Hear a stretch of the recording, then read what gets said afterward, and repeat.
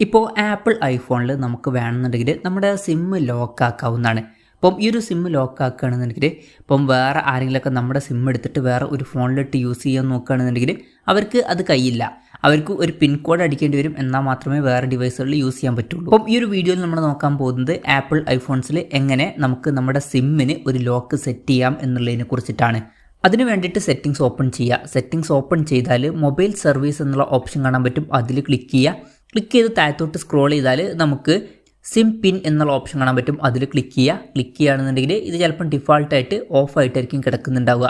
അങ്ങനെ ഓഫ് ആണെന്നുണ്ടെങ്കിൽ ജസ്റ്റ് ഇതൊന്ന് ഓണാക്കി കൊടുക്കുക. ഓണാക്കുകയാണെന്നുണ്ടെങ്കിൽ നമ്മളോട് നമ്മുടെ പിന്ന് അടിക്കാൻ പറയുന്നുണ്ട്. ചിലപ്പം നിങ്ങൾ പിന്ന് ഓൾറെഡി സെറ്റ് ചെയ്തിട്ടുണ്ടാവും.